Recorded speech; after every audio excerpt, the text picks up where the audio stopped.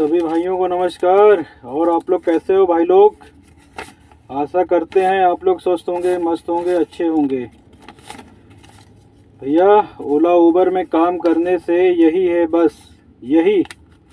ज़्यादा बचत की क्या नाम है, ज़्यादा बचत के लिए आप लोग मत सोचा करो कि आप लोगों को पैसा बहुत बचेगा। भाई सारा दिन मेहनत करोगे तो सिर्फ यही इतने की इनकम होगी। और देख लो अभी सुबह के टाइम कितना हुआ है, देखो ये। और मैं जो है लॉगिन हो चुका हूँ। मैं आप लोगों को टाइम दिखा, ये देखिए 7:48। और ये हमारी सीएनजी आधी है और पेट्रोल भी हमको अब डलवाना है। भाइयों मेहनत हम लोग बहुत करते हैं, लेकिन उसका फल सिर्फ कंपनी ले जाती है, सिर्फ कंपनी। कुछ ना कुछ करना होगा इन ओला उबर वालों का, और ये सब कुछ होगा हम लोगों के सहयोग से। सो आप लोग और हम लोग सब लोग एक हो जाओ, फिर आगे देखो क्या होता है इन कंपनी वालों का।